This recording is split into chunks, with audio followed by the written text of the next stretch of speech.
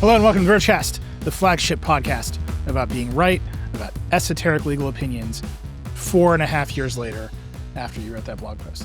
So it's a niche, but it's ours. I mean, honestly, like, what else is it? You bid your time, and finally. It took a long time, but I can say, we can all say, it's a flagship podcast of people who can say, I wrote this blog post 4 years ago and I was right. That's true.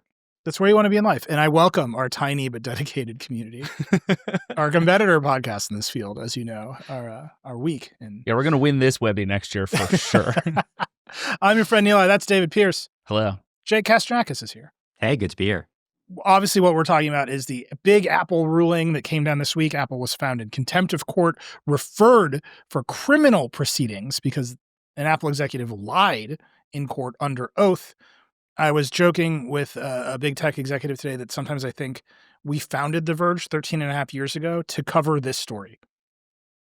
Like, we just needed to be here because Apple got in trouble for lying about the difference between a button and a link and how much those should cost. And the Verge was just lying in wait to be like, yep, buttons and links. That's what we do here. I had the exact same experience reading the ruling. We're going to talk a lot about this, but I had this distinct moment of being like, oh, where do the buttons go is The Verge.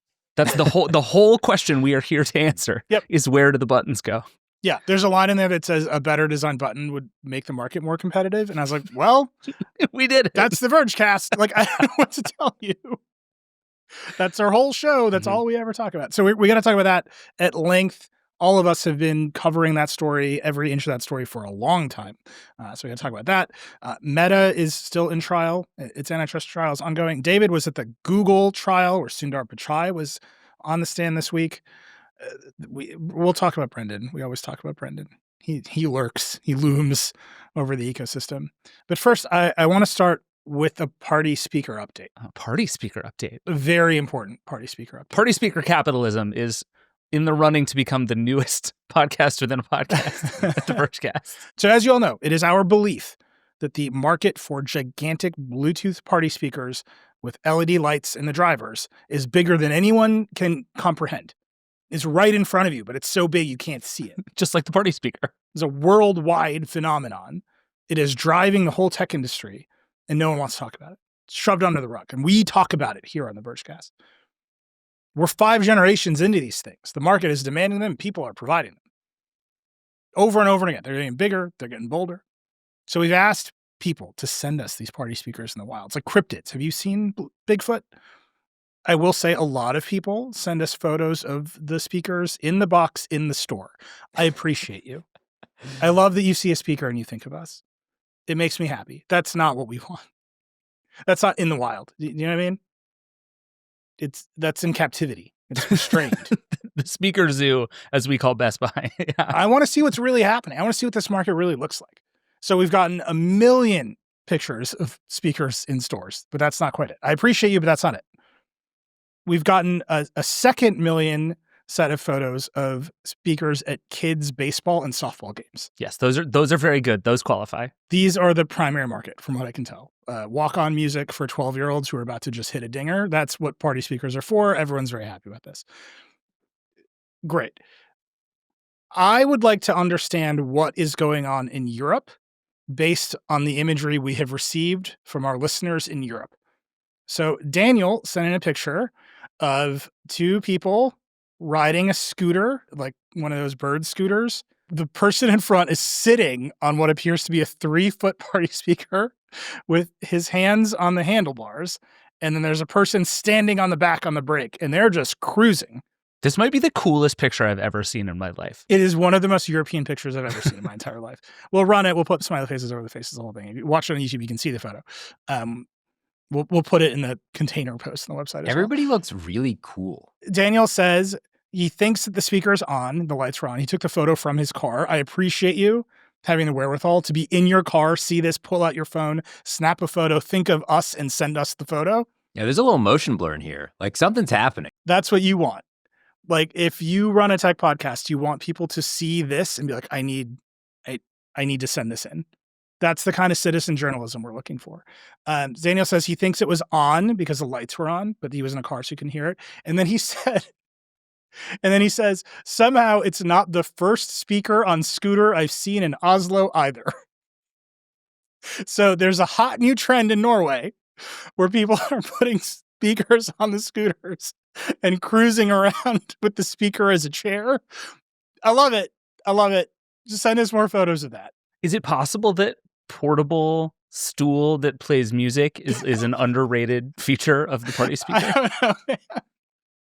I'll just say this: it's a cryptid, right? It's everywhere. It's nowhere. No one can see it. There's no research. The great analysts of our time are not writing party speaker notes to CNBC. We have to do this together ourselves. Otherwise, no one will understand it. Okay, so that's one. I don't know what's going on in Europe. And then there's even more European speaker activity. Fabio writes us. Fabio sent us a video. He says, I'm writing you from Milan, Italy, where I realized I have witnessed the largest concentration of party speakers outside a U.S. Navy ship for weeks without realizing it. Yesterday, as I was walking through the Porta Veneta subway station, I think that's how I pronounce it, I saw LEDs lighting up a kid-sized party speaker and realized I was the right person in the right situation to send you an email that would fill your heart with joy. I love you, Fabio. You were right, Fabio. It did. The subway station there in Porta Veneta is the ideal place for people of all ages, genders, nationalities, and passive lives to gather and train their dance moves. What each of these groups had in common was party speakers blasting music in the echoing hall, all different songs with different genres of music. I'm saying there were 4+ speakers, but only because I managed to film 4 speakers. But believe me, there were more. And then he sent us a video of competing groups of European teenagers practicing dances in the subway station with different speakers. And they're all kind of next to each other.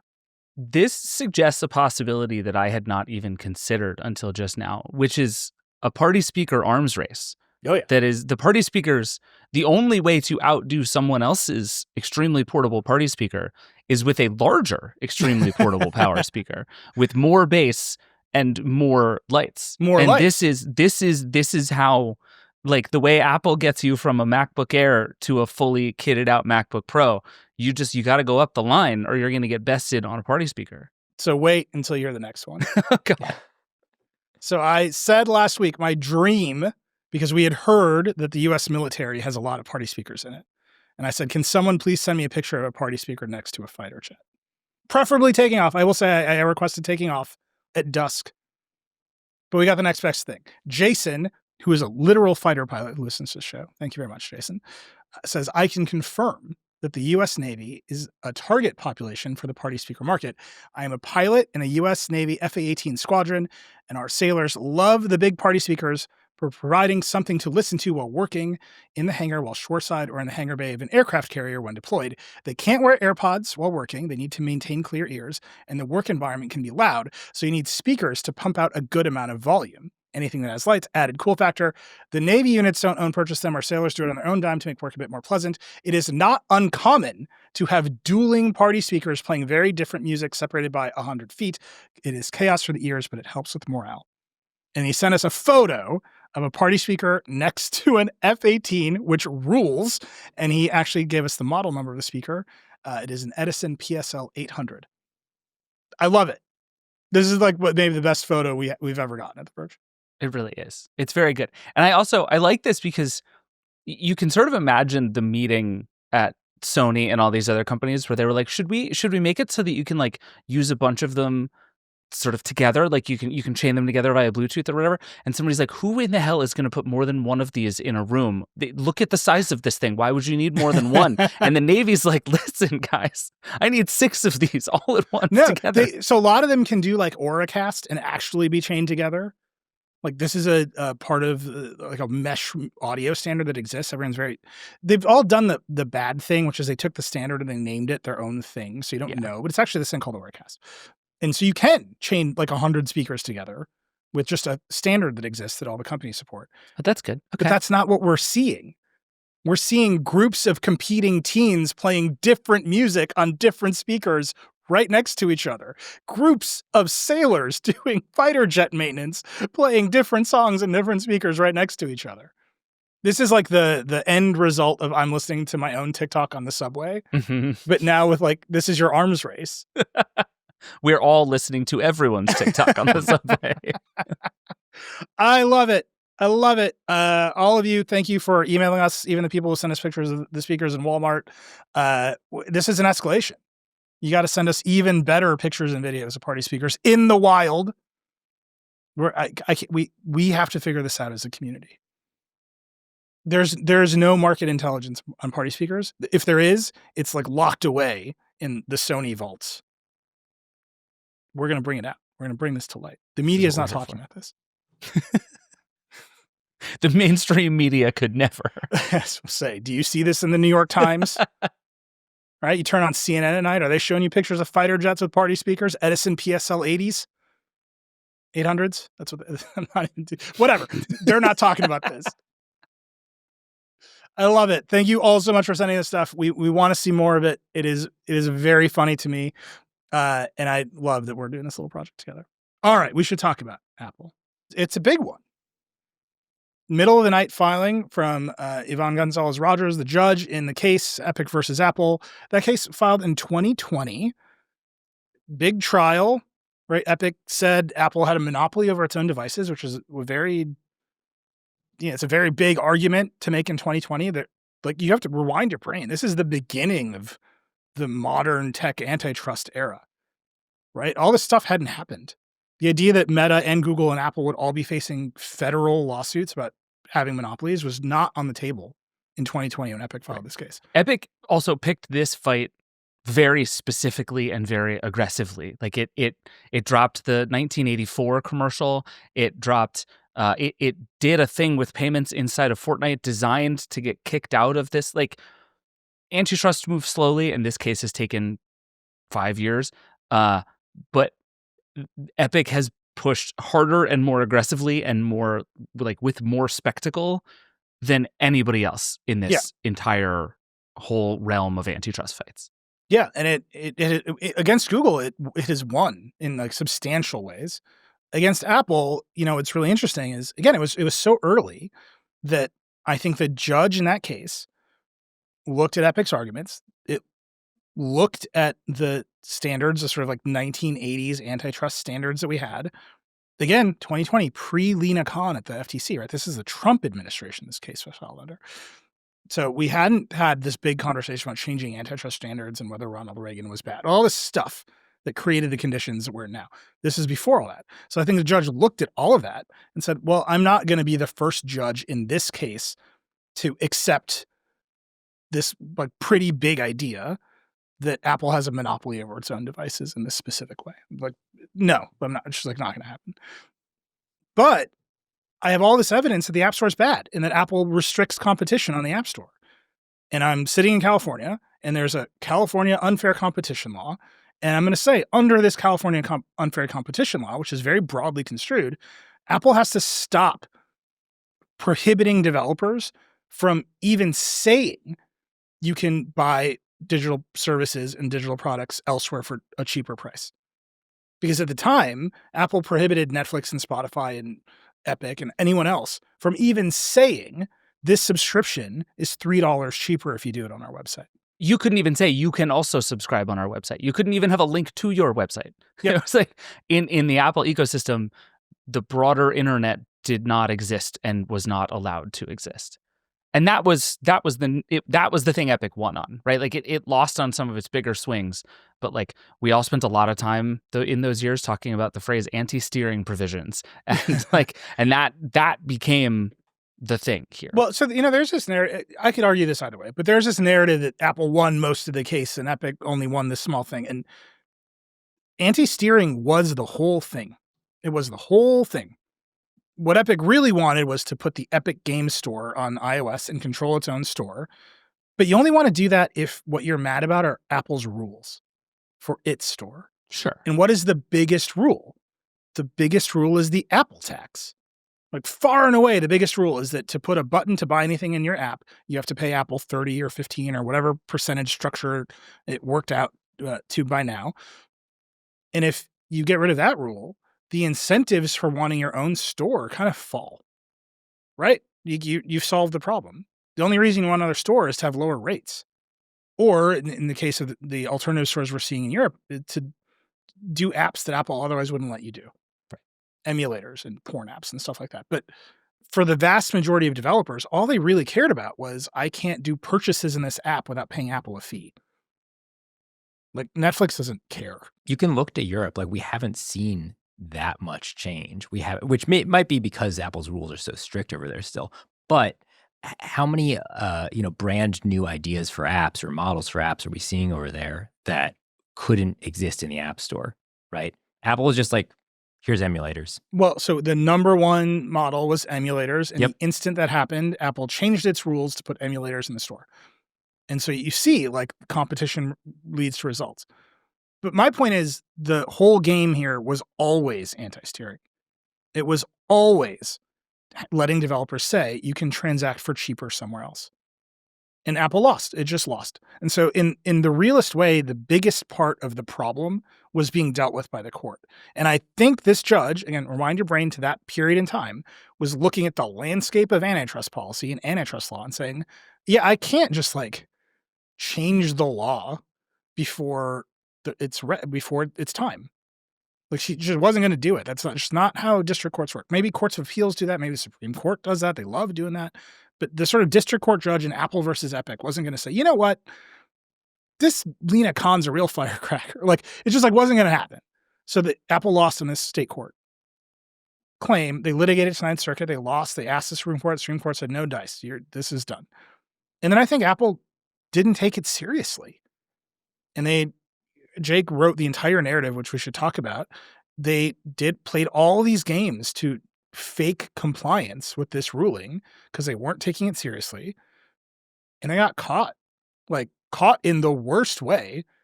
And now the judge is like, actually, we're not just doing my small anti-steering rule. We're doing the big one.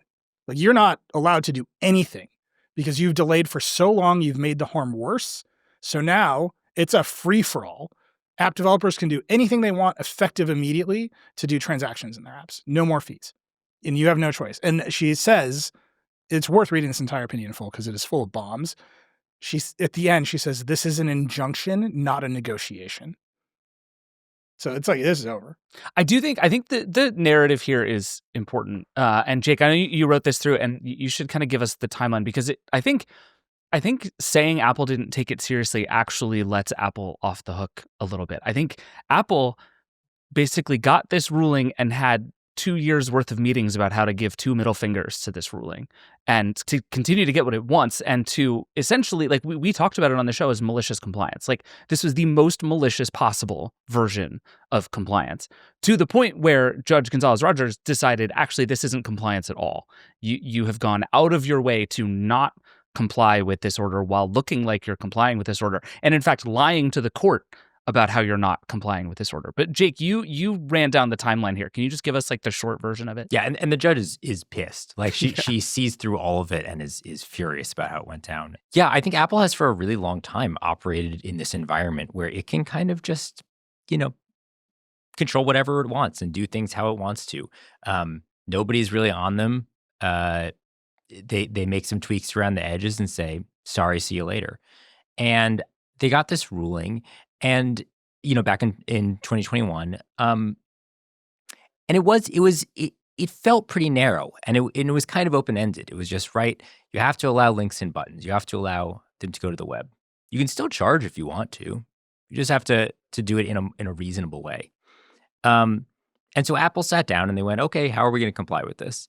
And they kept looking at options. And basically, each time they would look at something, as the judge kind of paints the picture, they often had this sort of like Goldilocks array, right? There was the, hey, let's do the great version of this where developers love it and, it really hurts us. Let's do the middle option where we do a little bit of restriction, or let's just go all out and make sure that devs don't get too much here and we protect our profit. And so, first they go, okay, what percentage cut do we want to take on the web?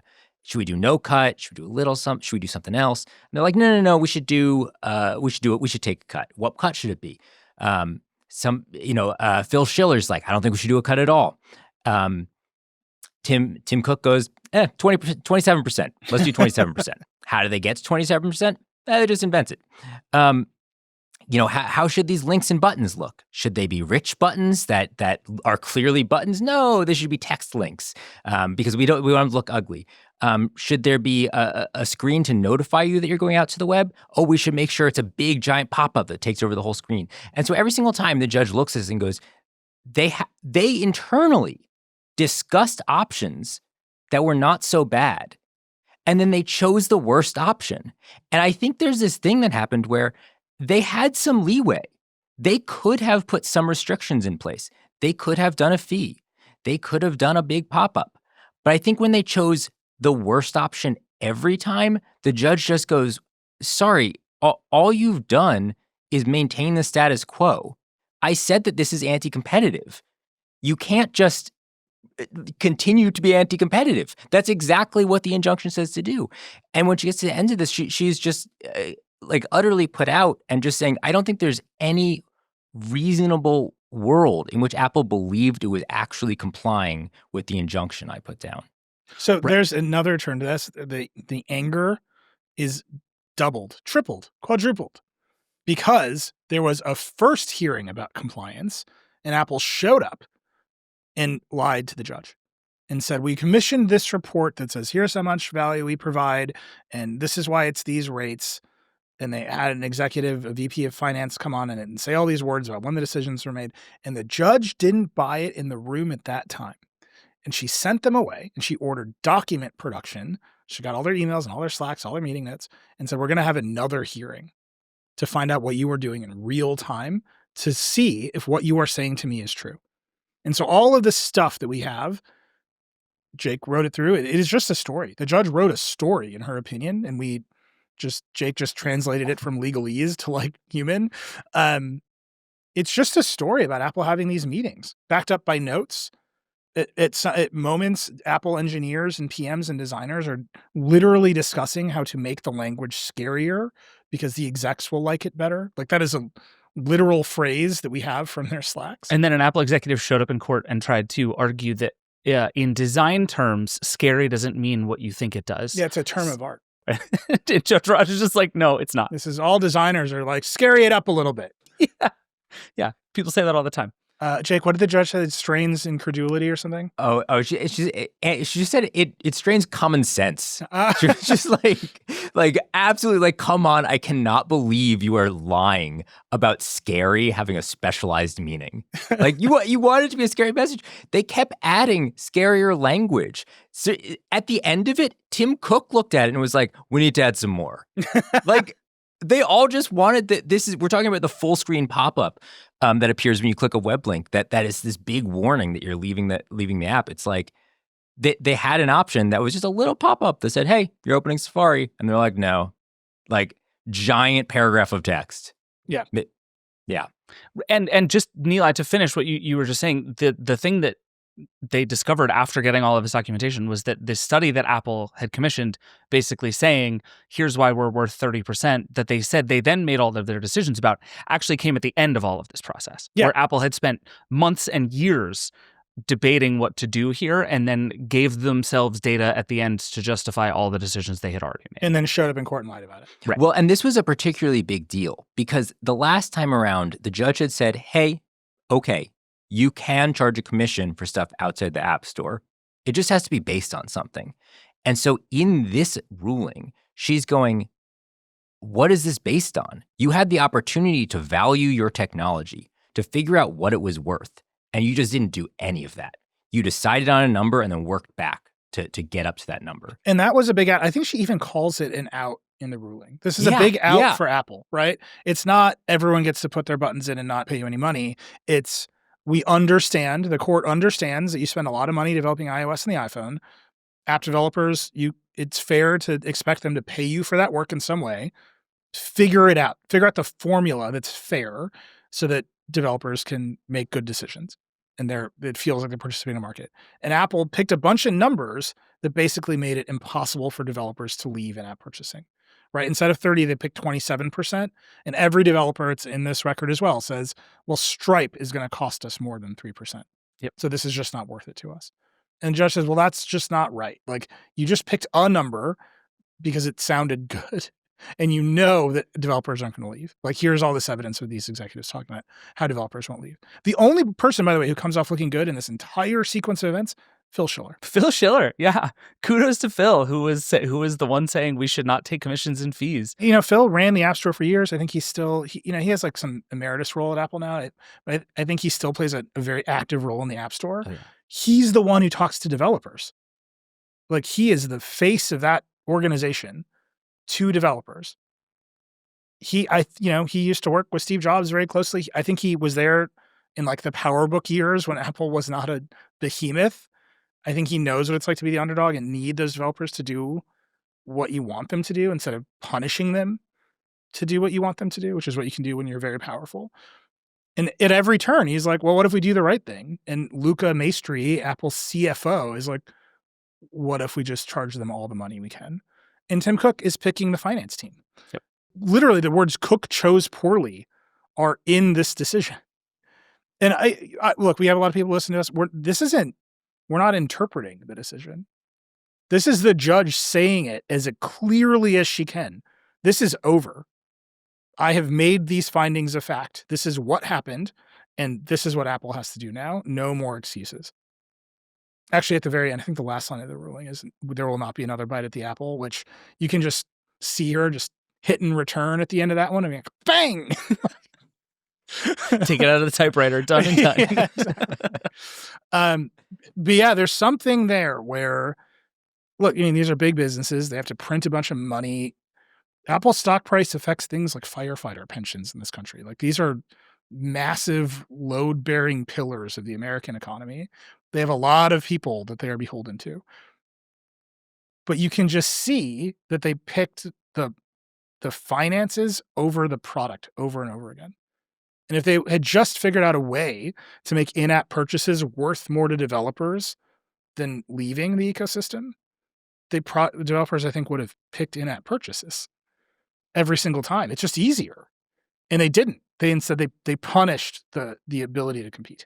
Right. I mean, that's what we've been hearing from developers for years, right? And that's what Apple knew when it went from 30 to 27%, right? Is even if it was a reasonable financial gain for those developers, which it wasn't because of like payment processing fees, the convenience kills it, right? Like, the most people I have talked to over the years have always said, I'm happy to play by the platform rules as a tiebreaker just because it's simpler. It makes building my app simpler. It's easier for users who have to click fewer buttons to subscribe. Like, when it works financially, it is the better option. And so if Apple had just found a way to make itself a tiebreaker, it would have won. And instead it way overshot.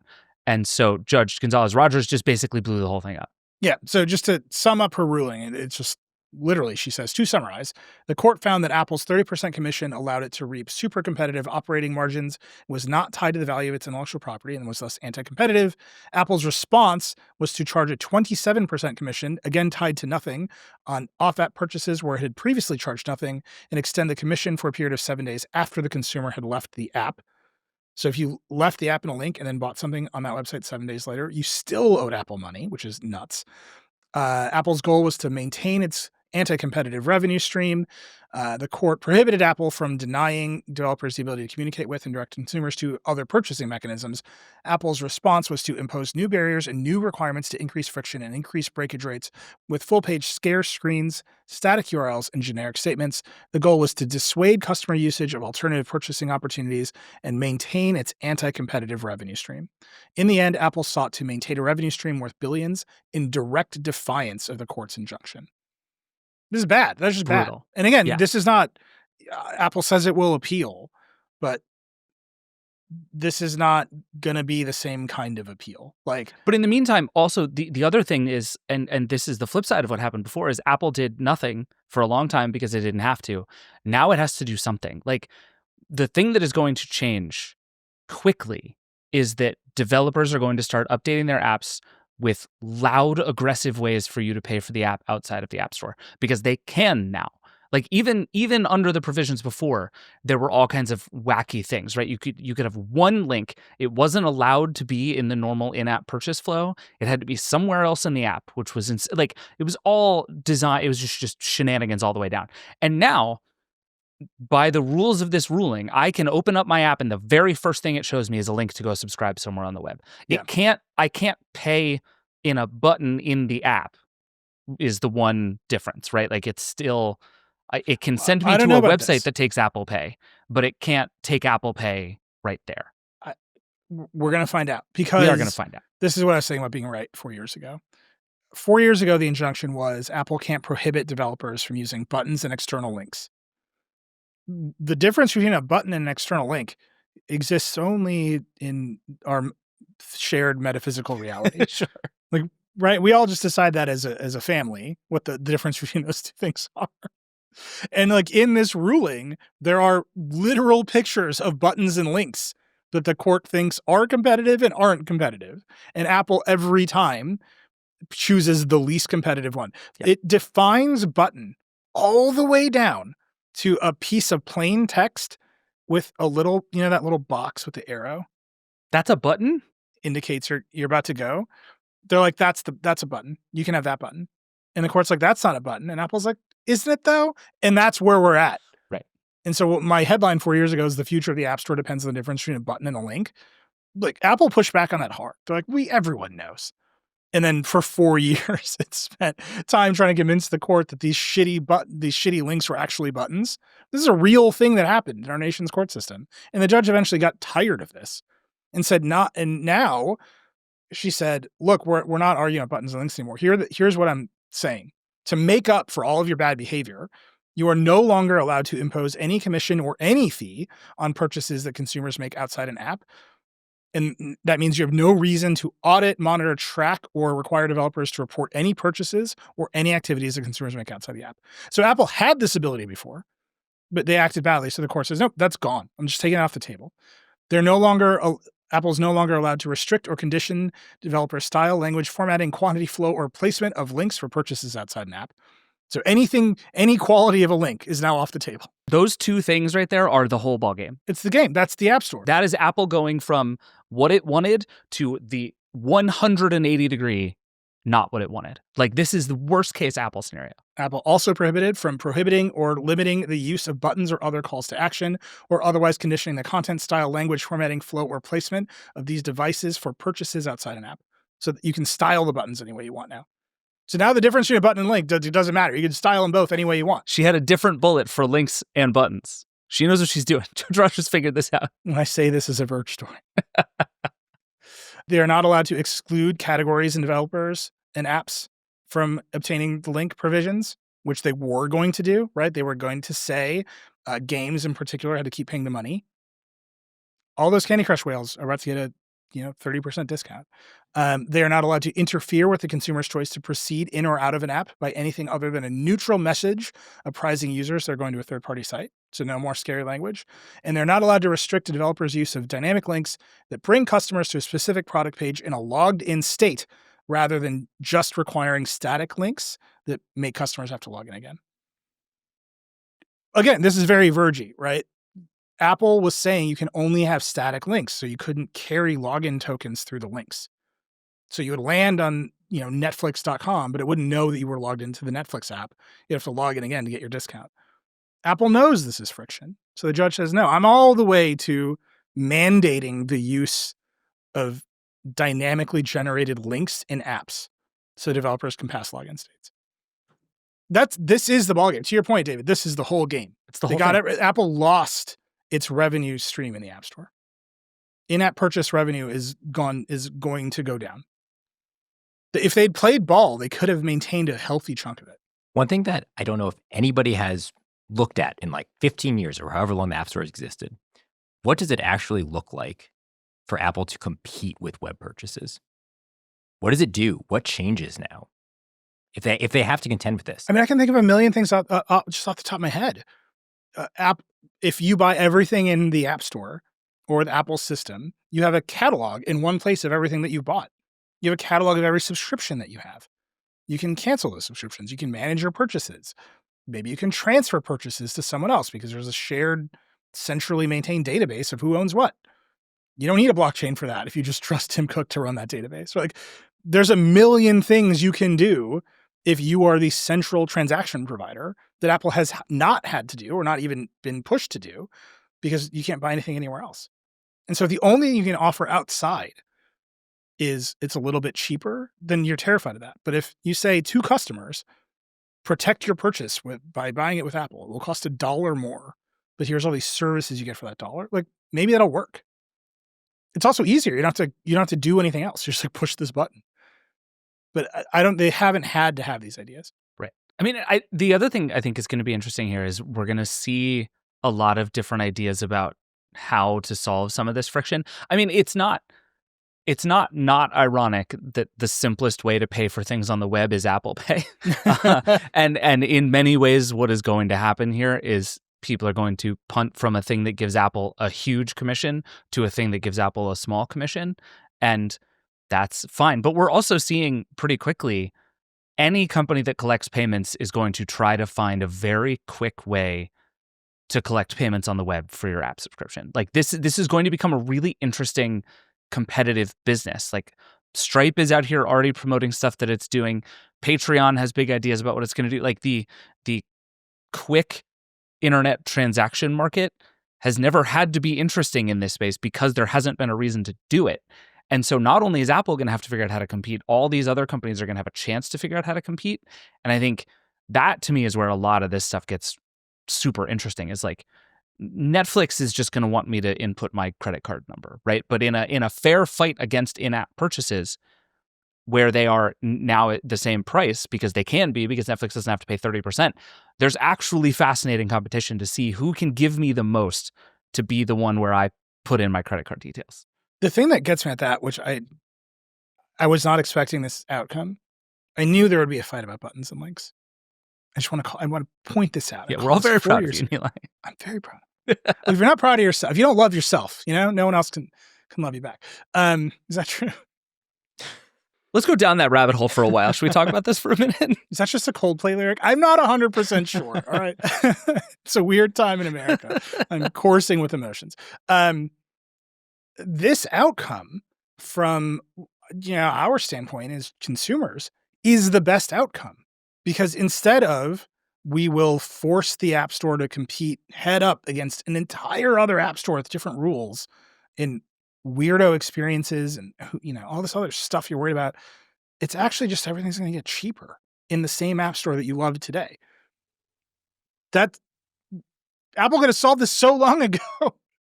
Like that, it's nuts that we're talking about like Alt Store in Europe and how Epic might do Epic Game Store, and we are having these pitched antitrust battles, and you got to get all the way to like, can you construct a legal argument using the existing consumer welfare standard to prove that Apple has a monopoly on its own platform? And at the end of the day, they just screwed it up, and they got to the result that I think most developers wanted, which is we're still going to rely on the App Store for discovery, for distribution, and now we can just collect more margin from the things people buy in our apps with alternative payments. Or there's another version of the upside here, which is now all of a sudden there's a stuff that if you're a developer, you can put into the App Store as in-app purchases if this forces Apple to be more competitive on that front too, right? Like step one is everybody just goes and buys stuff elsewhere. But like the best case scenario is there is a step two where Apple is forced by that to be more competitive and play ball with in-app purchases so that you can start to do things like buy Kindle books in the App Store again. And there, like we've talked a lot over the years on this show about all the kinds of things that you can't do in the App Store because it's not a 30% margin business. And things like books and audiobooks are like right there on that. And so we've made the experience awful. And so if this works and becomes actually competitive, it actually turns back towards making the App Store version of everything better. I'm not counting on that because Apple will appeal to death before it allows that to happen. But like the tie here should be good for both sides. And ultimately for however you want to use the app, it should be better when these fees start to fall apart. I'm glad that you have a good and kind heart, because you went to people will buy art and culture more easily. And I went to, oh, fuck, the NFTs are coming. What can't you buy in an app right now? What, you know what definitely isn't a 30% business? NFT. There's 30% of nothing is what? So we'll see what happens. There's that. But I do think we're going to see a new kind of competition here. Yeah, it's good. And the joy in the developer community, yes, is unreal. I mean, it truly is. Like, we've just gotten an outpouring. And Jake, I think you've seen more of these than I have, even over the last several hours as this has been happening, of just the grand enthusiasm from people who are like, oh my God, finally the day has come. We can play in the App Store again.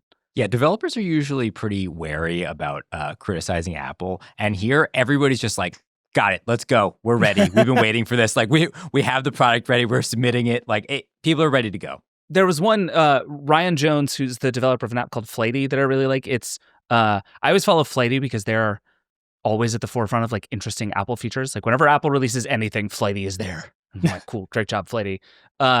And Ryan Jones, who runs the app, tweeted, so what's going to happen? Starting tomorrow, apps in the US will have save 20% with Apple Pay type buttons right next to normal buttons. Or better yet, only have the link out button on the paywall. Apple specifically cannot limit anything about the buttons. That's something I had not even thought of, that people might just bypass the idea of in-app purchases entirely. And when you hit the subscribe button, it might just take you to the web, which is a thing everyone is familiar with.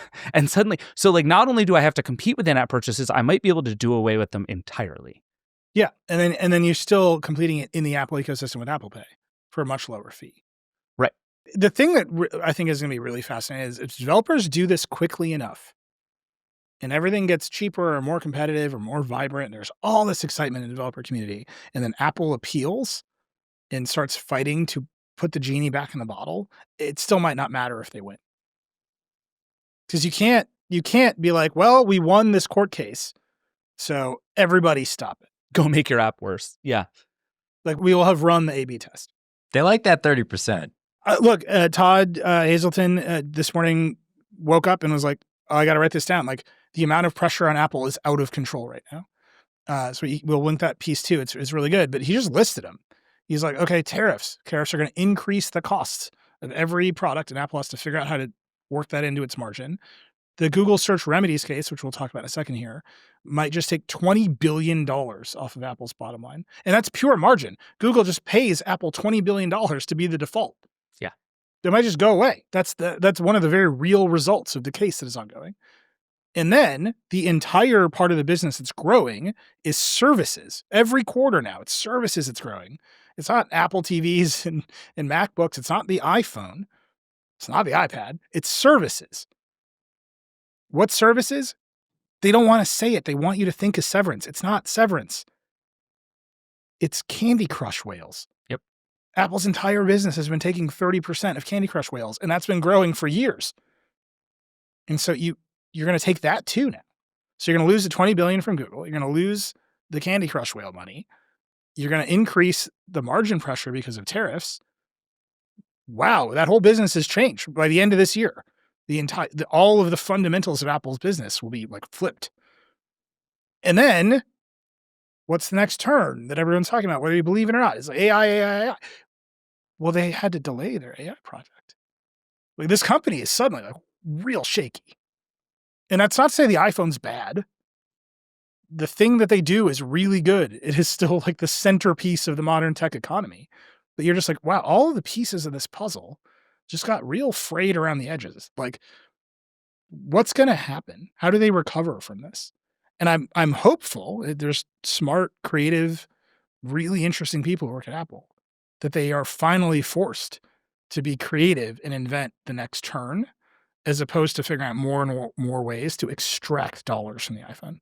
Yeah, I mean, it is funny to watch this sort of rhyme with the Google trial, in that if you sort of boil it all the way down, like, Apple found its version of Google search in the 30% commission, which is just essentially a perpetual money machine, right? It is, if you want to exist in the world, you have to give us money. That's what Google did with the internet, and that's what Apple did with mobile, right? And boy, did it work gangbusters. But is eventually, if you get someone who is willing to peel that apart, it becomes really hard to put back together. And like, Google is furiously fighting to not have happen to it essentially what just happened to Apple, which is a judge says absolutely not. Like, you just can't do this thing anymore. I am curious if Apple, still tries to pull something here. The judge put some pretty strict limits on things, but Apple explored some other options, right? They were like, hey, we could charge people based on how many downloads their apps get. That's one of the things that they pulled in Europe. But they're not allowed to do it anymore. They can't condition links on that. They could just charge people. That would totally upend the App Store model. Yeah, I think if you're Apple, that's pretty dangerous. You're probably fearing this ruling, which is the goal, right? Like Judge Gonzalez-Rogers here is very much attempting to strike the fear of God into this company. Like, if you cross me again, I will ruin you, is pretty much the message of this thing. It reads a little like that, yeah. I mean, it is going to be really interesting to see, because I am confident there have been meetings all day in Cupertino about maybe not how to ignore this, but how to get around it. Like, how do we keep getting our services revenue without this? And some of those meetings are about products, and some of those will not be about products. But like this ruling intentionally and in as many words opened the floodgates for developers, and is basically like they get to do this now, and you can't stop them or it's illegal. Like, it also opened the floodgates for regulators. So I was talking to some antitrust people yesterday after the ruling hit, and a little bit of insight. Maybe you can share that. But the overwhelming feeling was like, finally someone has called Apple out on their hubris. Apple, their rep around the world when it comes to this stuff is, how dare you? No, we'll fight you till you die. Arrogance and hubris, just absolutely. Like, the comparison was made specifically to Google, and they're like, Google's pretty arrogant and non-compliant as well, but at least they pretend that they're nice, which tracks, like totally tracks. Yeah. Like, Google's like, we make YouTube. Just a bunch of goofballs over here. Apple's like, we make the iPhone, and none of you will ever have taste like we have taste. So please shut up. And like, it just bit them in the ass here. Like, they didn't have to get to this position, and now they're totally constrained. Well, and to that point, one of the things Apple has said over and over throughout this whole process is, and every big tech company does this, is they yell and scream about security and privacy, right? That if you do this, if you allow developers to put links in their apps, it will devastate privacy on the internet. People will be opened up to fraud. Everything will be horrible.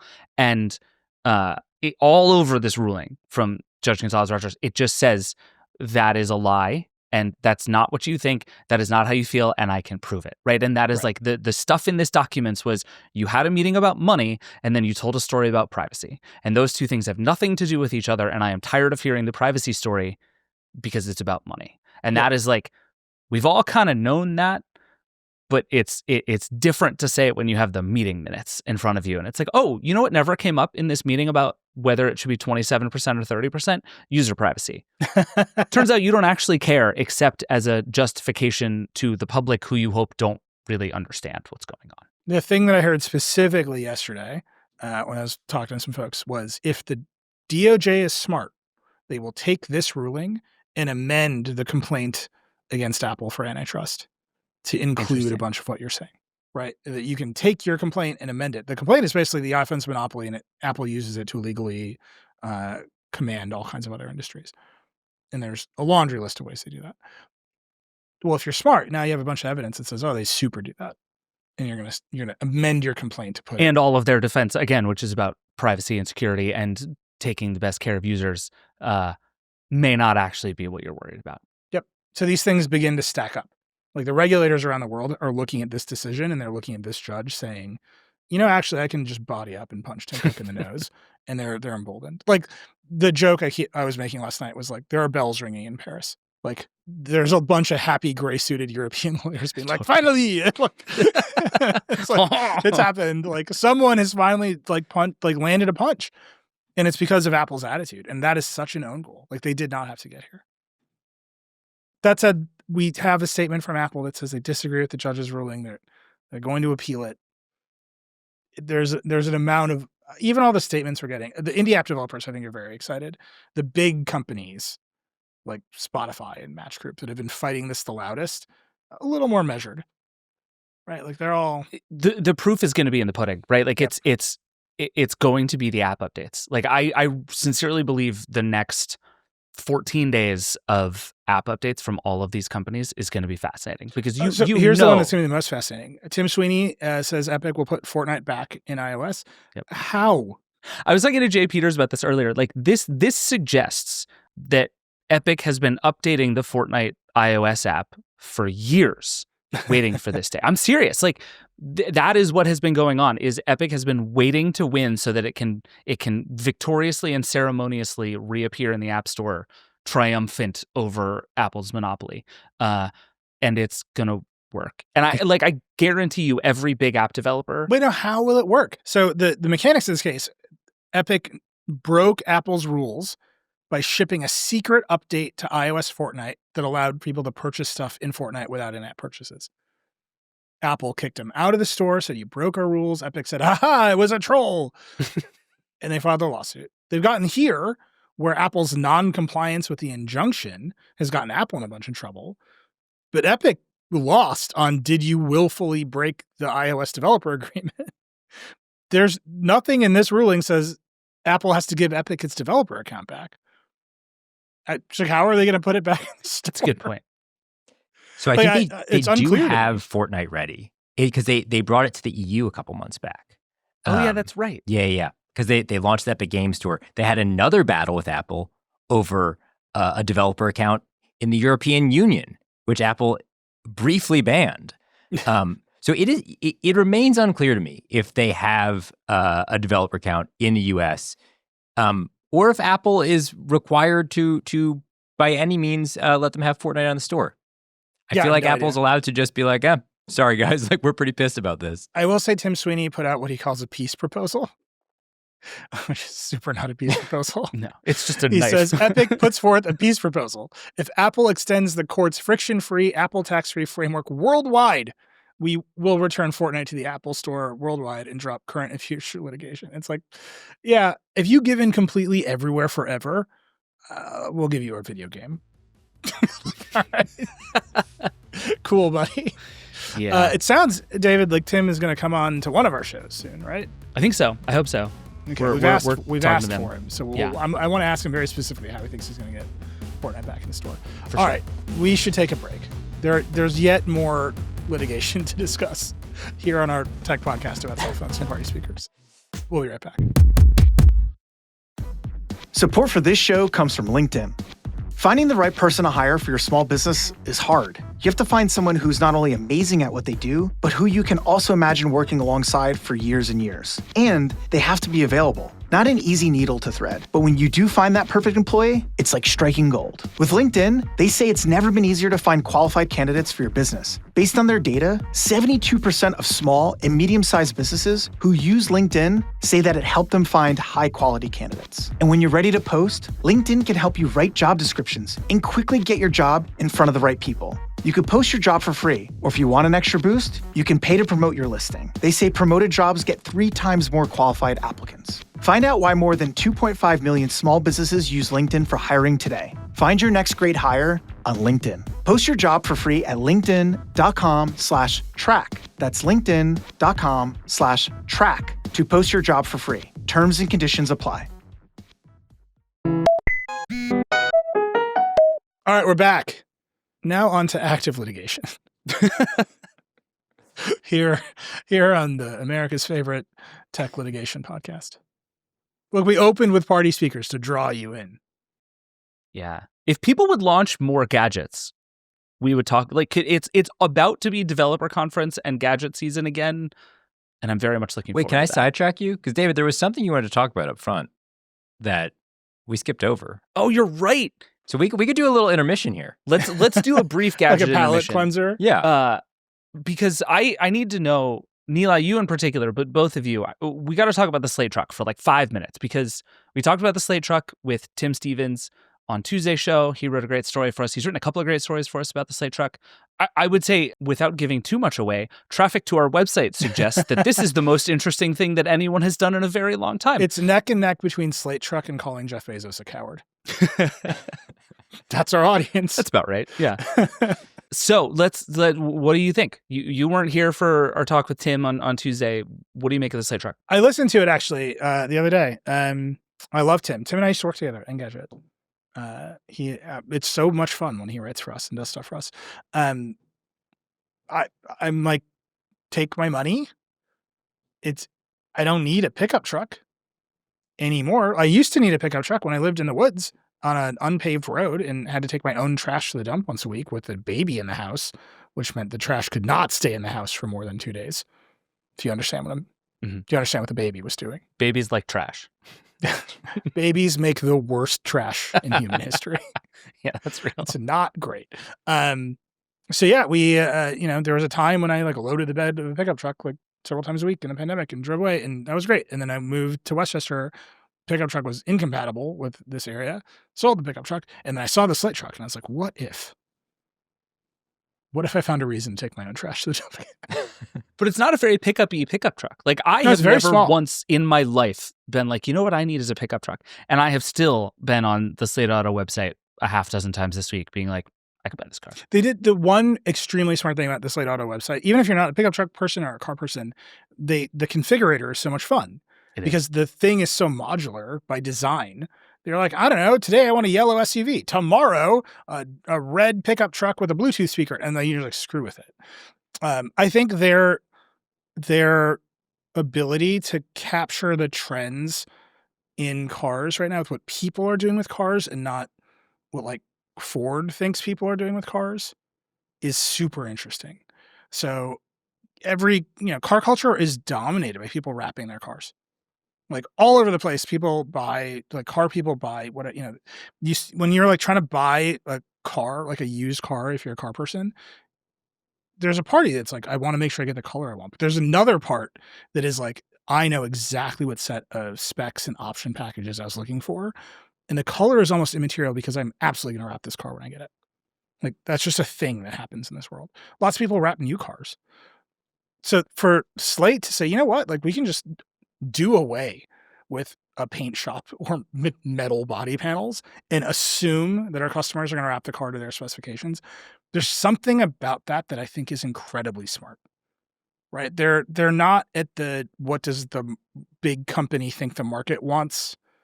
They're at the, what is the community doing and how do we deliver to the community the product that might work? And I don't know if any of that's going to work, right? Like it's new. I don't know if the car's any good. No one's ever driven in one. I think listening to Tim, it sounds like Slate hasn't spent a lot of time driving. It does sound like they've sat in it a lot. That we know for sure, but has it gone anywhere? There's something about that which I love, which is like they're at the fringe of car culture in a very specific way that I think is super cool. Yeah, that's fair. Jake, you're famously a truck guy. Everyone who knows you knows you love a cable knit sweater and a pickup truck. What do you think of this thing? I'm neither a car guy nor a truck guy, but this is the coolest truck I've ever seen. That's how I feel. This is the thing. It's like every single time I am in a car, I have a problem with something. The speaker system is terrible. The infotainment system is terrible. I love that they're just like, listen, you were going to be mad about it anyway. Whatever. Bring your own speaker. I don't care. You were going to put your phone up anyway. Like, just do it. It's like such a delightful approach. It feels very friendly and welcoming. And like, I kind of love that, even though it's actually like deeply for tinkerers. The big question to me, and again, not a car guy, people love really large vehicles. And they started with a truck and a small truck. Like when I see old trucks in the wild being the streets, I'm like, oh my God, they're so cute. Like this adorable little truck that was actually just a full-size truck from 10 years ago. So I'm really curious how that taps into the market they're going for. But it's a really cool idea. Yeah, Nilay, is there a turn towards, obviously like everywhere else it's, the 90s and early 2000s again. Are we going to do that with cars? Are we going to go back to like, the cars our parents had back in the day? Is that coming? Because that's kind of what the Slate truck is aesthetically. So one, I want people to go on technologically. TikTok and technologically. They're all going to have cigarette lighters in them again. It's going to be great.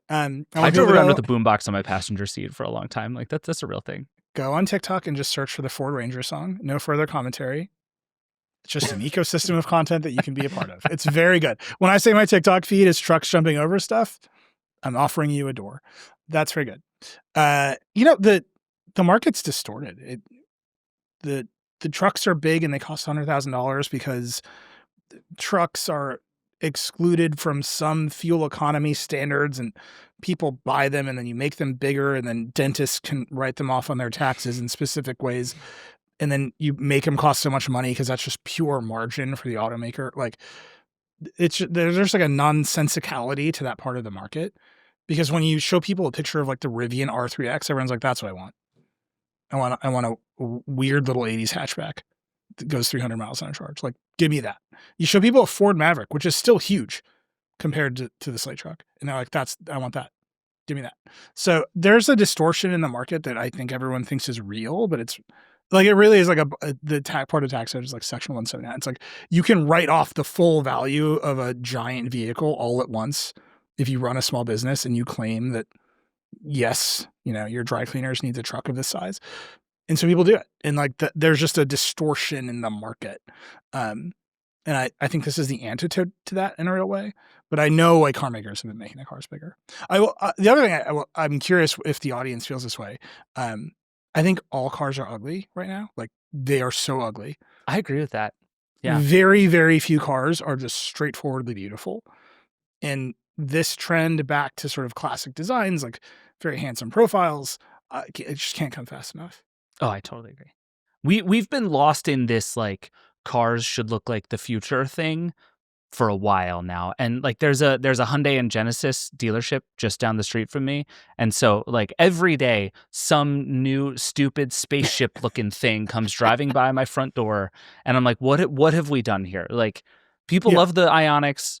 It's all fine, and every single one has like more weird angles, and it's like, why these aren't cars anymore? What are we doing here? Yeah, my favorite weirdness in the current car design market is everyone has decided the headlights should be vertical, but we should still pretend to have very tiny, small horizontal headlights, like eyebrows. And I'm like, this looks horrible. Like, if any of you looked at the cars, I just don't know what's going on. So it's nice to see some classic profiles come back, I think. The car's not going to ship for another year, 2 years. It's vapor tilt ships, man. Like, yep. But, who doesn't love driving around a vaporware car? It's like America's favorite pastime. That's what we do here. It's a render. So at least we're past that point. It's not just a drawing of a car. It is a car. And that's something. Yeah. Jake, thank you for that. I feel much better. Let's go back to the courthouse because there's so much. All right, David. Let's start with Google because it's simpler. Sure. The meta case is so complicated. It's going to take us a minute. David, you were at the Google trial in the courthouse this week with Sundar Pichai in the stand. For what I gather, he was just there to say, please don't make me sell Chrome. Kind of. I actually expected him to be a tiny bit more that than he was, and so. I've been in the courthouse 3 out of the 8 days now, and I think I've missed a couple of interesting people, but I've seen a bunch of the most interesting moments of the remedies trial so far. And the thing that has become abundantly clear is that Google is petrified of the part of the DOJ's remedies that suggests that what Google actually needs to do is take its search index, its ranking information, which is just like how it ranks all the stuff when it puts it on the page, and the query streams that it gets, which is all the stuff that people are actually searching for, and essentially give that to anyone who wants it at what the DOJ calls a marginal cost. Nobody knows what a marginal cost is or who's going to decide. That is one of the things Google's concerned about. But of all the things the DOJ wants, that is the one that Google is terrified of. And so Sundar, when he was on the stand, spent a long time talking about how scary that is. And you could tell the line he had rehearsed either in his head or with a bunch of people who work for him at Google. I suspect both. Yeah. You think he just workshopped it in the mirror that morning at the hotel? Yeah, he's just in the car on his way going, reverse engineer. But his whole thing was essentially that if Google has made itself into what it is because it has essentially outinvested and outspent all of its rivals for 25 years. And it's true, right? Like nobody has tried harder at search for longer than Google. Certainly true. And the thing he kept saying is, if you do this, if you take away all of the stuff that we have done and you give it to everybody else who asks for it, I don't know how, as Google, we can continue to justify investing in search the way that we have. And what he said is if you give people all this data, they can reverse engineer Google. If you have all the information, you have the order in which we rank that information, and you have all the stuff that people are searching for, that's the whole thing. That's it. You can get from there to every single thing about how Google works, is Google's argument. They don't have to give you the algorithm, but if you have the inputs and the outputs, you can figure out the algorithm. And he over and over was like, if you let people reverse engineer Google, why would I keep building Google? And it is like it just forcefully saying that over and over. And he has really interesting thoughts about Chrome, because he started Chrome. Like, Chrome was how Sundar sort of made his rise inside of Google in the first place. But the thing for him is he's like, you cannot make us give this away because it will crush Google search. And then the DOJ is sitting there being like, yeah, that's the goal. That's what we're here for. And so it's fascinating. Like, for so much of this trial, in the liabilities phase and in the remedies phase, these two sides have been talking completely past each other. Google is like, we're very good. And the DOJ is like, everything you've done is illegal. And they just have not been speaking to each other. And it was Sundar was the first time that it was like, oh, we're actually all talking about the same thing now. And what Google is saying is, you think that what you have to do is solve some of the problems that you've created. And what I'm saying it will happen is it will kill Google. And it was just fascinating. And like, Judge Mehta, who is overseeing all of this, has asked a lot of questions about how big a deal this kind of thing would be. In the opening arguments, he asked a lot of questions about what's a behavioral remedy and what's a structural remedy. And does this change within Google search constitute a behavioral remedy, which is easier to ask for and get, or a structural remedy, which is essentially breaking up Google? And Sundar Pichai's argument is this is breaking up Google. Like, he could not have been more apocalyptic about what happens if this happens. And it was fascinating. You know, it's interesting. There's some wonkiness about behavioral remedies and structural remedies. The behavioral remedy is we're going to change the way you act, and the government will watch out. Right. Be cool. Be cool, or we'll show up. Right. We're watching you. And there's a big argument. You can actually listen to Rebecca Slaughter, FCC Commissioner on Decoder, earlier this week. Her argument is behavioral remedies are more intrusive, right? It's the government over your shoulder saying what you can and can't do. Right. And the structural remedy, where you break it up, is actually the more democratic, small d, democratic solution, because you're just like, well, you're broken up now. Everyone try your best with government out. And there's some real back and forth there, right? Like, do you want a Google that has this administration sitting over its shoulder being like, are you behaving yourself? If you love this administration, do you want a Google that, I don't know, has President AOC sitting over their shoulder saying, are you doing what I want? Like, there's a lot to contend with there in the behavioral remedy. Whereas the structural remedy might be the end of Google if you listen to Sundar Pichai. Like, it's hard to evaluate which one's like a better idea. Right. I mean, it is sort of funny. I went into this thinking, and I have talked to a bunch of people who confirmed that they were also thinking this, people sort of in and around the trial, that the idea that Google should have to divest Chrome was the big swing nobody thought they would get, right? That this was the thing you performatively give up in order to get the other stuff, and that it would wind down to just don't, you can't pay Apple $20 billion a year. That was going to be where this landed. The DOJ has argued far more forcefully for the idea that solving search in this way is what has to happen. And Google has come to believe pretty clearly that it's a real threat and that it would be much scarier. Like, you get the distinct sense that Google would much rather sell Chrome than give up this search data. Well, you know, there's like a natural experiment for Google because they're just the default on iPhone. That's like, it's not iOS Chrome that's making them the money right now, right? It's Chrome search, or it's Google searches in Safari. Right. What they would lose if they lost Chrome, right? If somebody else is operating Chrome, I guess the threat is that they have their own search engine or AI service to replace it. But if they can still offer a cut of search traffic and just say like, hey, if you want to, still just going to be more Google search. Yeah. They're going to be paying a lot. Yeah. To be clear, Google would very much like to hold on to Chrome. And Sundar talked a lot about that. And it's his baby. It is his baby, but also he talks a lot about the Chromium project, which is, he is correct in saying Chromium is the most important thing in web browsing right now. And it's a technically open source thing that Google fundamentally controls and runs and operates. He said 94% of the code commits to Chromium over the last year have been from Google employees. It spends huge amounts of money on Chromium. Microsoft's browser is based on Chromium. Like Brave is Chromium. Almost all of the browsers people use are Chromium or Chrome. And that matters, right? Like that's a huge deal. And the idea of some other company, like I asked a person around this trial, like, is the idea of OpenAI administering Chromium terrifying to you? And they just laughed at me. Like, and Chromebooks change, Chrome OS changes. Like, it is a huge change for Google in a really meaningful way. And all of a sudden, the default Android browser becomes not yours, which is meaningful too. But again, like, that is all immaterial to Google if it can't win at search anymore. Like, Chrome only matters because search matters. And if you kill search, who cares? I find this Chrome argument so disingenuous. Can I just say that? Like, I agree. Everything is Chrome. Electron is Chrome. Half of the desktop apps I'm running right now are Chromium. Yeah, that's true. Like, right, Notion Calendar is a Chromium app. Like, it's running. It's just an Electron thing, right? Like, whatever. All of those companies have an enormous incentive to make sure their apps still work and that Chromium is good. Google has an enormous incentive to make sure the Android browser is good, which means it will continue developing Chromium, upon which it is based. So this idea that if they don't have Chrome, just like Chrome on Windows anymore, that they won't just immediately fork Chromium. They can't.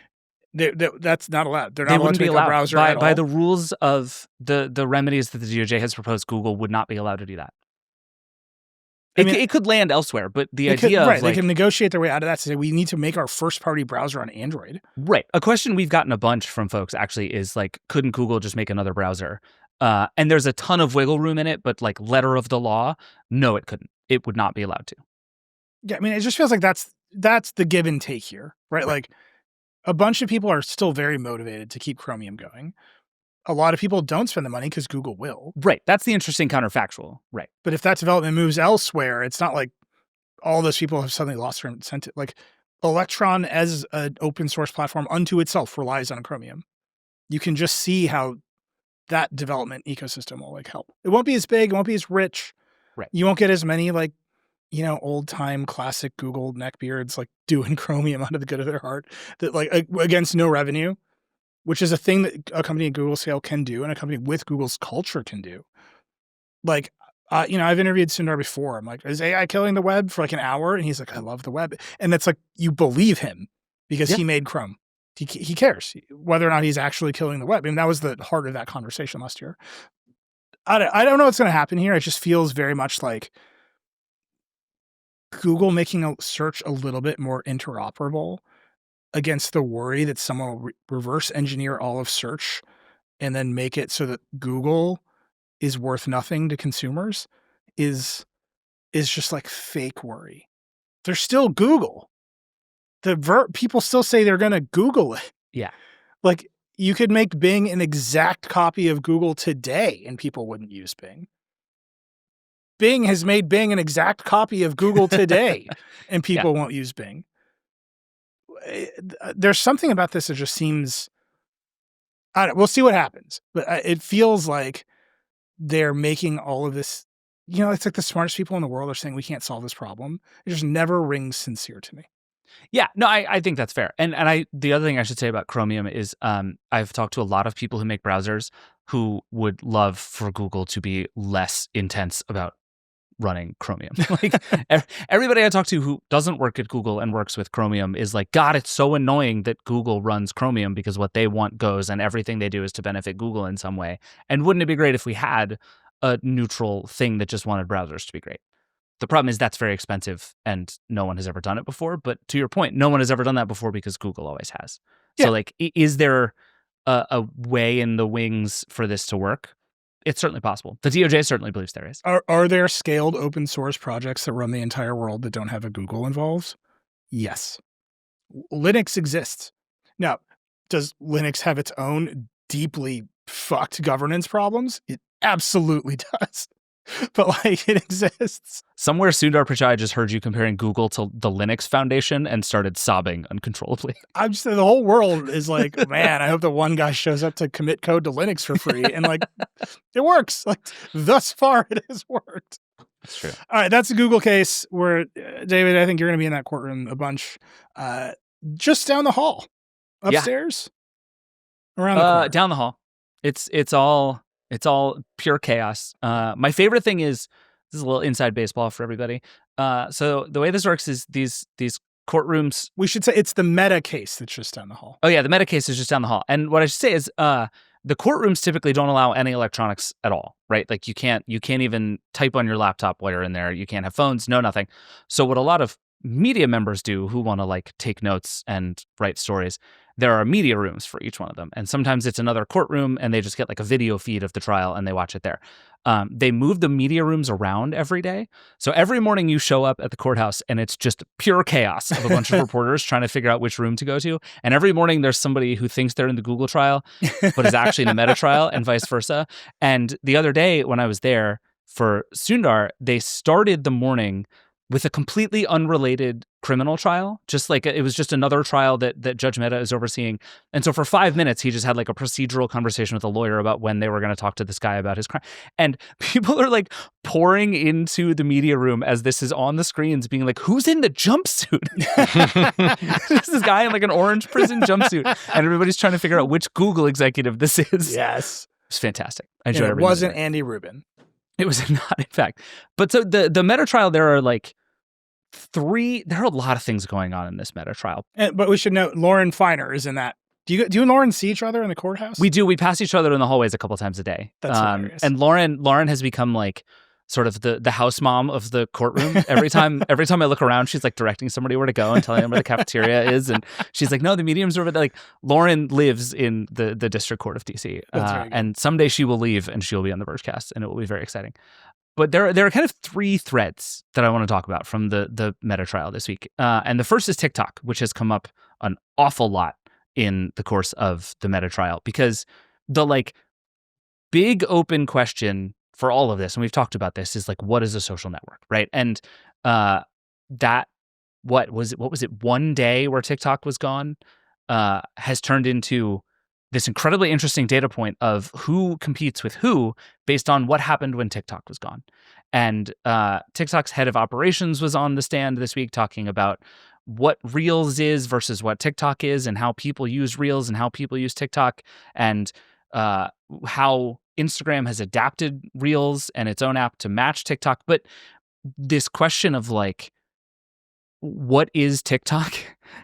And how have all the other apps, particularly within Meta, responded to it, has become like one of the most important parts of this whole trial. And it's deeply bizarre because TikTok is supposed to be gone. So is it good for Meta or bad for Meta when people flock to its apps in place of TikTok? Right? That shows that they are the sun around which everything else orbits. On the other hand, it shows that people are other places. It's really true. And also, a lot of different witnesses on the stand this week have been forced to acknowledge that there is nothing remotely unique about Instagram at all. Like, I mean, over and over and over, they're like, "Oh yeah, Instagram's just a three copy other of apps smashed together." Yeah, exactly. Which I've enjoyed very much. Like there was a line from I believe his name is Aaron Presser, at TikTok, who called TikTok, Reels, and Shorts virtually and deliberately indistinguishable in function and user experience, quoting something that the company had written in March. It's fabulous. Love it. It's very good. But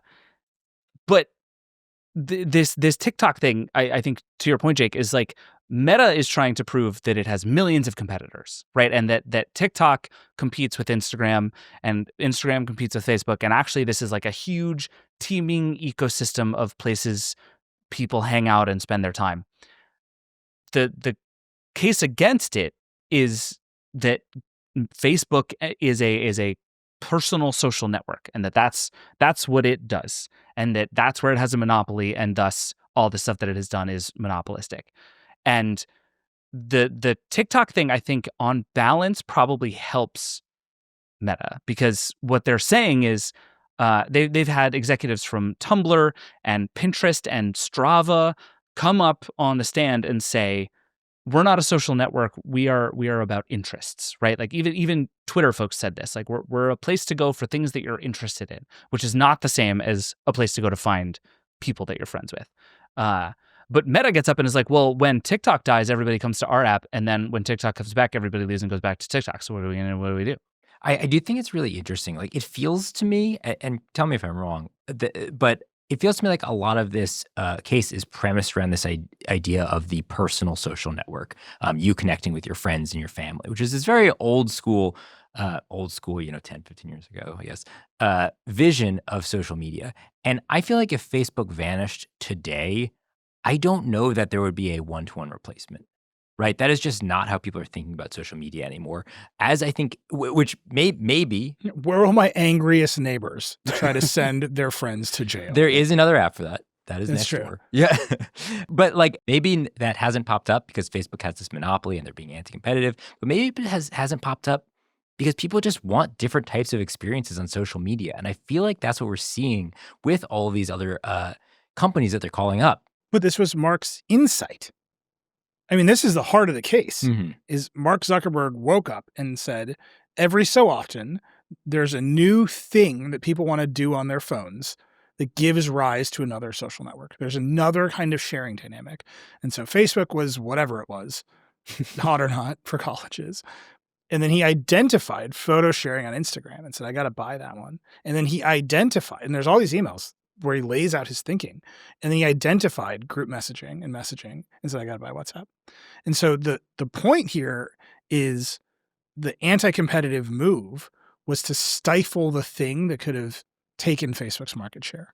And whether or not they could have bought a TikTok, it's like you're just getting into this place where they became so big that TikTok was too big to buy and also owned by the Chinese government or controlled by the Chinese government. So it's the weirdest one because they did try to buy Snap, right? And Evan said no. I have this quote here from Rebecca Slaughter, who's a commissioner at the FTC. She was a Democratic commissioner at the FTC. She was appointed by Trump in the first term, legally fired by Trump in this term. But she is one of the commissioners at the FTC who voted this case out of the commission and said we should go to trial on it. And so I asked her about this market definition thing. I was like, this is dumb, right? Like Meta's narrative about this is like putting us in personal social networking is whatever. And she said, look, all antitrust cases are about market definition to a degree. It's very tortured things that makes people hate lawyers. The concept of antitrust law is very simple. The administration of it gets very complicated. Market definition is always hard. Everyone has a different view about the right way to define a market. It all gets litigated. And then she went on to tell me, what this case is really about is whether Meta bought competitors to eliminate the risk of competition. That is the argument at the end of the day. Did it not want to compete on the merits, but instead take out potential competition through acquisition in order to build and maintain a monopoly in a way that's illegal? It's not more complicated than that. So I think Meta is putting a lot of stock into the existence of MeWe. It's like, here's this dumb thing we can say to make everyone think everything else is dumb. And then you have the actual Federal Trade Commission saying, no, this case is you saw Instagram as a rising threat and you bought it to kill it. And they've shown that now, I think, pretty conclusively. And here are all of these other threats. If you could have bought TikTok, when TikTok went down, people came to your apps. They're obviously competitors. If you could have, you would have. I don't know how this is going to go. I really don't. This case is real weird. It's like this old lawyer cliche I keep saying, like, if you don't have the law, you argue the facts. If you don't have the facts, you argue the law. And if you don't have either, you pound the table. This is like old law professors say this. They think they're very clever.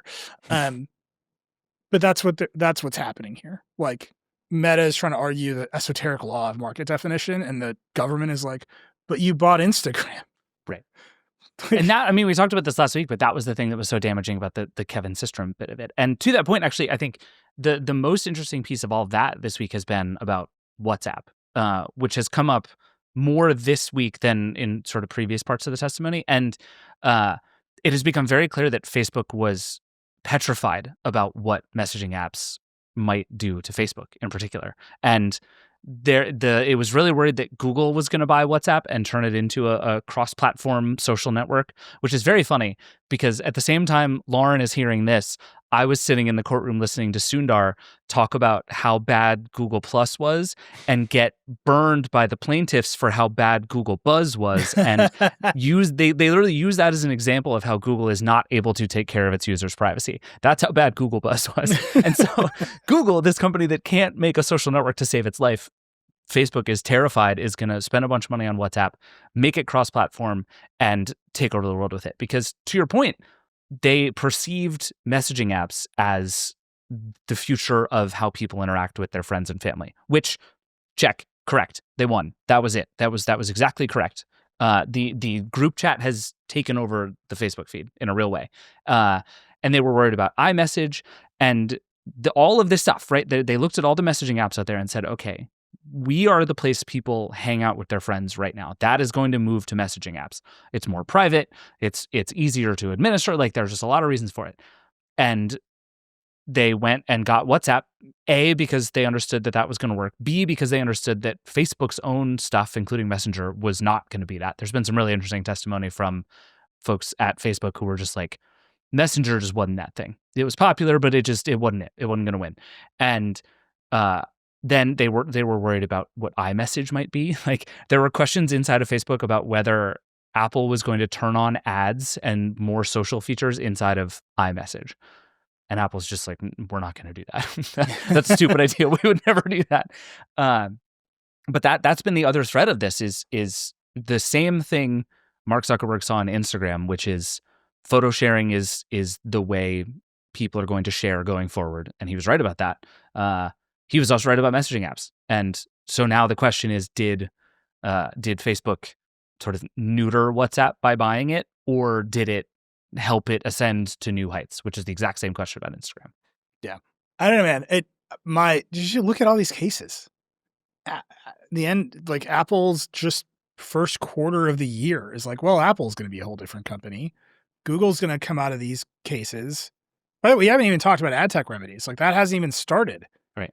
You think Google will be a different company if you pull apart search? Wait until you gut the money. Google's going to end the year in a totally different place. Yep. Meta might end the year in a totally different place. Like we're in for a restructuring of the internet. It's coming. Good. Something's going to happen. If you know what it is, by all means, tell me. I think it's party speakers. Something's up. You can feel it in the air. It should be exciting. It's weird. Like so much other stuff is so foreboding that I think this feels foreboding, but I think it's actually exciting. Like there's space. These companies under all this pressure is going to create space. Yeah. Other people are going to build stuff. You look at what happened at the Microsoft case, and it's like, because of the Microsoft case, we got Google. Like that's just a thing that happened, right? And we're now doing that at greater scale with a bunch of different companies all at once, and we're doing it at a very weird economic moment. So I think like this is ordinarily a time that you would see venture capitalists just like falling all over themselves to invest in everything everywhere because suddenly it feels like there might be space in tons of these markets for the first time. That's not happening because they're all in group chats being weirdos with each other. They've got dumber ideas. One of the antitrust regulators I talked to yesterday said VCs have hated Apple for so long, it is only a matter of time before the money starts flowing. I believe it. I mean, there's so much there. So we'll see. I'm just saying it's all this stuff is happening and you can argue at the individual twists and turns, but this is the stuff that creates space for new companies. And honestly, that's a little exciting. Yeah. All right. We got to take a break. We're going to run through this lightning round. It's going to happen. We'll be right back. All right. We're back. I think we got it. This one's got to be short, David, this time. Yeah. I have things to do. For once, I can't just podcast with you clowns forever. We got party speakers to find. Exactly. Can someone invent a metal detector for party speakers? Think about it. My Navy ship is leaving soon, so I have to finish this podcast. Please, more enlisted service members. Send us photos of party speakers. Nilay, is it time? It's the lightning round, but is it once again that time for America's? It's time. Okay. It is time for America's favorite non-food podcast within a podcast. That I feel I can say comfortably. Award-winning. Future award-inventing. Proposed award-winning podcast within a podcast. Brendan Carr right. is dummy. All right, so another quiet week for Brendan. He did congratulate himself a lot. So, we just hit 100 days of the Trump administration. Brendan put out a tweet with just a list of things that he says he's accomplished. Brendan believes that he's strengthened national security and advanced public safety. He believes he's protected consumers and expanded America's space economy. Brendan, all by himself. Is that Brendan's job? He's unleashed high-speed infrastructure. He's restored our leadership in wireless, which, as you know, is under constant existential threat. If you don't upgrade the 5G network, something China. Yep. It's just there. It's just in the background all the time. And he says he has restored free speech. So it's a long list. We'll link it. It's a tweet. Under restoring free speech, he claims that he has joined DOJ Assistant Attorney General Slater and FCC Chairman Ferguson to launch a campaign to smash the censorship cartel and restore free speech rights, which means sending threatening letters from the government about other people's speech. And just upside down world all over the place with Brendan. So Brendan's very proud of, it's very Trumpian. Everything he says is a thing that he didn't do. Yeah. And a lot of it is just stuff the FCC does. Like, he's like, we did a Spectrum auction. It's like, yeah, it was Tuesday at the FCC. Great. What I want to call it this week is there's a bunch of other 100 days coverage of Brendan that we should call out. We did a big piece. Carl Bodie, who we love working with, just ran down all the stuff Brendan has done. It's basically familiar, I think, to Vergecast listeners, particularly listeners of America's favorite podcast from the podcast, Brendan Carr's Dummy. That piece is great. Carl is a ferocious writer. He has been the model for how I think about writing for consumer advocacy and consumer rights for a long time. He just did a great job. So go read that piece. I also want to call out other people have started taking note of Brendan in real, meaningful ways. So FIRE, which is a free speech advocacy organization, not without its own controversies, it has a strong point of view on what cases it takes and doesn't take. People a lot of feelings about it. You might almost call it the more conservative free speech advocacy organization. I wouldn't go that far, but some people do. They have a long piece about how Brendan sucks. Like, just straightforwardly, FIRE published a piece called Brendan Carr's Bizarro World FCC. They have a cartoon of him with a backwards FCC logo dressed up like Bizarro Superman. And the caption on the cartoon, Brendan is saying, the FCC should operate as the nation's speech police. We're just going to link it. A little on the nose, but it's a little on the nose. Good. Yeah. But it's not just us screaming it, right? It is some of our nation's preeminent free speech organizations, some of which, like, I'm pointing this out just to point it out, are not always aligned with what people think my politics are. Although I think my politics are basically like free markets are good and don't be racist, which aren't exactly communist, but whatever you think my politics are, they don't always align with some of these groups. So racism is bad. They call me Uncle Woke. You just said like 8 things that people are going to make us put on t-shirts now. I just want you to know that, including they call me Uncle Woke. That's just everyone who's listening. Please know I will make that t-shirt. Like what? It's so I get these notes. Like I did the piece about calling Jeff Bezos a coward. I got some of the most bananas emails of all time. Just like calling me like literally like you are a communist. And I was like, the only political opinions I've really expressed consistently are like free markets are good. Competition makes better products. Like, what do you want from me exactly? And the answer is state regulated speech. Clearly.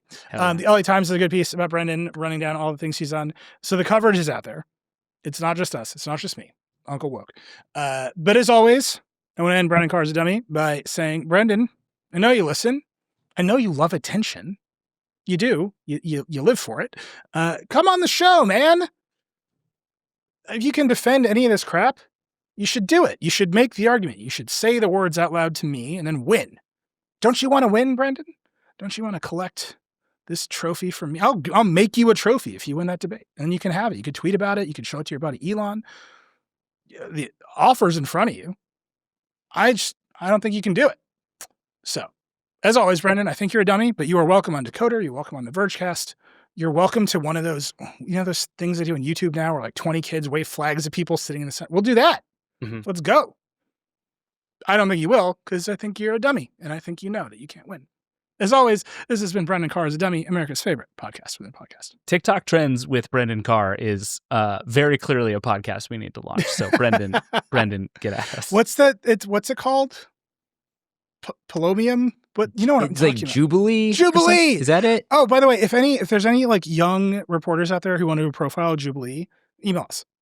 I'm fascinated by That's this a good entire idea. situation. Whatever is going on there is some of the weirdest new media that has ever existed. And I don't understand how any of it works. I would like to know more. Do you want to write a feature? Send us a pitch. Love this. Okay. Jake, I have a favor to ask. Hit me. I put a story that Alex Heath wrote about Worldcoin in our rundown, and I didn't read it because I refused to learn anything about Worldcoin. So can you explain David, it while I don't pay attention? David, I was worried for folks who are watching at home. David just dropped a gigantic document with a bunch of stories that we may or may not discuss. I try my best to prep for all of them. Worldcoin is so inexplicable. I spoke repeatedly with Alex Heath about this story. I've read this story. I edited this story. I still cannot truly explain what Worldcoin is, why it exists, or what it's doing. The main news. This is the eyeball scanning startup. Sam Altman's Sam eyeball Altman. scanning startup. It's an orb. They have an orb, scans your eyes, puts you on the blockchain, and that validates your ID. Here's the most important thing. You can now verify yourself on Tinder by getting your eyeballs scanned by Sam Altman. Yep.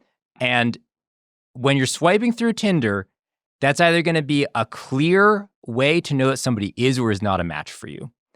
So I think that's a big upgrade. The actual news is they're bringing it to the U.S. for the first time. It's legal in most states, not all of them, but they're bringing it to the U.S. You can now get your eyeballs scanned. You can now get on the blockchain. You can now get some of the Worldcoin.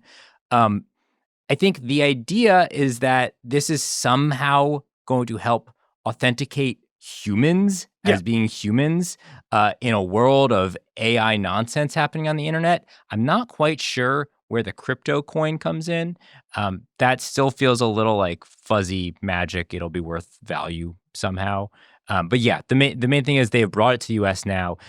They're opening some stores. You'll be able to go to Razer stores, and while you're shopping for gaming accessories, you can get your eyeballs scanned and get on the blockchain. I would say everything about this feels like Mad Libs. I still like. I'm not sure how this all came together. I'm not sure how they decided to partner with Tinder. Well, because they need auth providers, or they need to prove that being an auth provider is useful to someone. So you're you're worried about getting catfished on Tinder, and you're like, you know what? That's an eyeball scan. That's a real person. These eyeballs match. Yeah. Yeah, that's like a. It's like they did this announcement in San Francisco. Alex Heath went. Lots of people went. Yeah, Sam Altman was there. People want to be there. The real quotes about all of this came at a previous event that they had last October, because like any startup, they need scale. Like they need people to scan their eyeballs to make everything work. And so they're announcing in the US, which will get them scale. But I just want to read this quote from last year.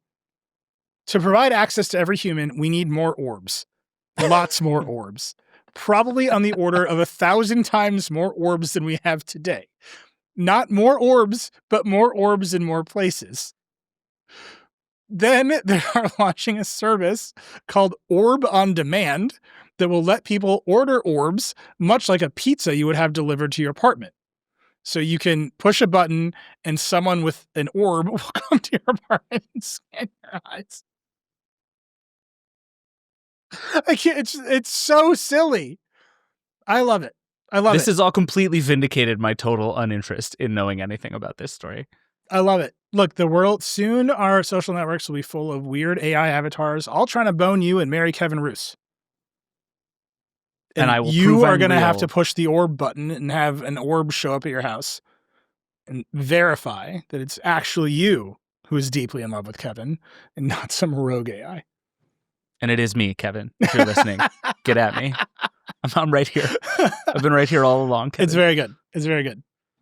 All right, should we do like one or two more? Let's do one or two more. We need like a palate cleanser. I would say we need more orbs. 1,000 times more orbs is a good palate cleanser. Let's do the Trump thing really fast, just so you can take another. I said Brendan Carr palate cleanser, man. Wait, No, okay. then Can I we'll do talk a about palate some more AI nonsense? Yes, There's this. So Meta launched a Meta AI app, and it has a social feed of things. People are just sharing their AI prompts. So you can have a conversation with Meta's AI, and they don't just post the transcript. You'll be talking to it. You can hear somebody say like, hey, what kind of crackers should I eat today? And then the AI just is like, oh, maybe you could try whole grain. And they're like, I don't think so. It is, I think the idea is to give people an idea of what they're supposed to do with AI. I have to tell you, this is the single strongest argument against AI that I have seen yet. If you scroll through this feed, it is just like total nonsense, nonstop. It is incredible. I can't look away. It's awful. I mean, that's what they want, right? Is I want to see how somebody has jailbroken Meta AI. You know, Mark Zuckerberg gave an interview to Ben Thompson. I think it came out today as we were recording. And he says explicitly the thing we were talking about a couple of weeks ago. He says the future of Meta. Ben asked Mark, like, what do you want to do with AI? And Mark is like, yeah, I want to do better ad targeting, obviously. You know, we want to help people make more content, you know, feeds full of AI content, all this stuff. And he says this thing in the middle where he's like, eventually we're going to make the ads for advertisers. And you're just going to connect to your bank account and tell us what business outcomes you want. And then we'll just like deliver you results. Like we'll just have sold your products for you, which means they're going to like make videos of your products with AI, write the copy with AI, generate infinite amounts of creative with AI. Like you're just it's like literally a black box. Like you give them some money, they make an advertising campaign, and then some of your products get sold. And that's literally his vision for the future of AI. It's so funny to put that next to the thing that Meta executives have been saying for a while, which is that like a lot of people go to these services and appreciate the ads as content. And it's like, there just is this belief that actually what people really want is AI made stuff. Like that is like a cultural value at Meta, that AI stuff is good and people will like it. And I see no evidence of that fact in the actual real world. Yeah. You tell us what your objective is. You connect to your bank account. You don't need any creative. You don't need any targeting demographics. You don't need any measurement except to be able to read the results that we spit out. And it's like, you know, you guys have a lot of like ad fraud scandals. Like you're kind of famous for inflating the metrics. Like, yeah, give us a lot of money and trust us. We're Facebook. What could possibly go wrong? I wrote a story about this. I emailed some media people, some ad agency people. I'm just going to read this quote. This is a return. I said, can you respond to this? One person said, I've reacted pretty viscerally to this. I need a moment to say something smart, which is incredible. And another person did not take the time. And they just said, quote, read the results that we spit out is gold. The full cycle towards their customers, from moderate condescension to active antagonism to we'll fucking kill you. Perfect. So I suspect there's a war coming between Meta and the ad industry. They're not happy with it. All right, a palate cleanser. Just to end it on like the nerdiest note I can end it on, in a happy note. LG has spent 20 years trying to make OLED panels with blue phosphorescent backlights. It says it's ready to manufacture tandem panels that use both fluorescence and phosphorescence. This will bring power consumption down by 15%. There's nothing that makes me happier. None of what you just said sounds like words to me. We're happy about this. This is good. Everything about the future is predicted first by what happens in display technology. It's absolutely true. Right? You can't get curved phones or folding phones without curved or bendy OLED panels. You couldn't make smartphones without thin LCDs with low power draw. You couldn't make laptops with CRTs, although some people did try. You see what I'm saying? You can look ahead to what the display industry is doing. You can predict the future. Yeah, I'm just saying, 20 years in the making. Slightly thinner, brighter, better OLEDs are coming, and something will happen. That is exciting. I'm into that. I've been doing a lot of research on the Sony Watchman from the 80s recently for a project that will become very clear to everyone later this year. And the like enthusiasm for a slightly different take on a CRT, unbelievable. Yeah. People were freaking out. They were like, they made the CRT this big instead of this big. It's going to change everything. It didn't. I'm just saying, people react mostly to what things look like, and the way you change things, how things look like, you change the display technology. So if you pay attention to that, you will know what things are going to look like, and then you know the future. And you don't need an orb to do it. We need more orbs, 1,000 times more orbs. That's it. That's the Vergecast. Rock and roll.